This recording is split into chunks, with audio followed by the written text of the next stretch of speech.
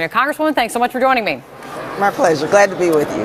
Thank you. So the president said Friday, after the health care bill effort failure, that he wanted to work with Democrats to get it done. He even said so at that dinner with senators. Today, he's now threatening you all. What is your response?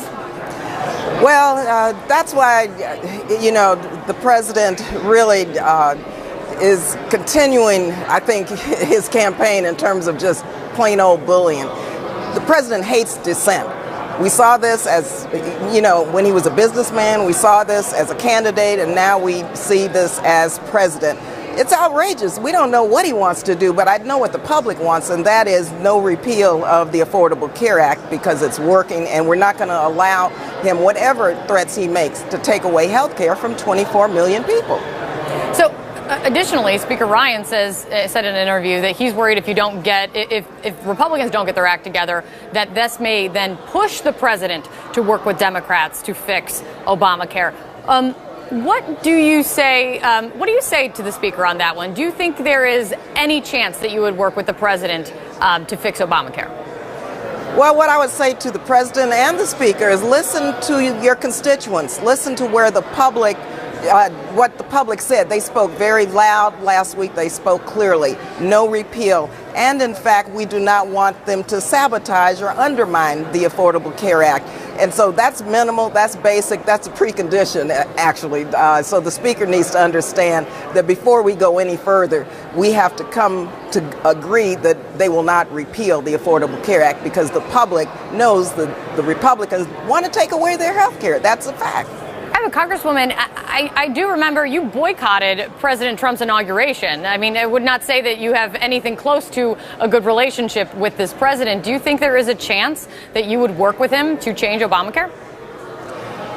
Let me just say, first of all, I have not heard the president say that he was solid with regard to not repealing the Affordable Care Act.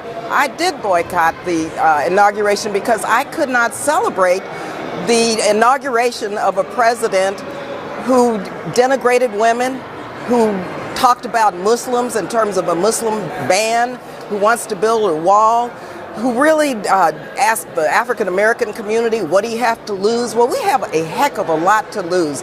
And so I could not celebrate. While I respect the power of the office and the office of the presidency, there's no way that I'm going to celebrate this. I think we see this agenda evolving, and minimally on the Affordable Care Act, he's got to come forward and say, as well as the House Republicans, and say we do not want to take away health care from 24 million people. I'll take that as a soft no, and you're working with the president on health care. You are on the Appropriations and Budget Committee. I just want to get your take. If you had to place a wager today, what are the chances that Congress is going to be able to avoid a government shutdown when funding runs out 1 month from today? Well, of course, no one wants a government shutdown, and I know Democrats are working extremely hard to avoid that. Yesterday on the Appropriations Committee, Secretary Price came to the subcommittee that funds health care. And in fact, we saw during this hearing the fact that they are trying actually to undermine health care through their budget cuts, through what they're presenting as part of this, what we call skinny budget. And so in no way do we want to shut down, but in no way are we going to let them sabotage and undermine the Affordable Care Act.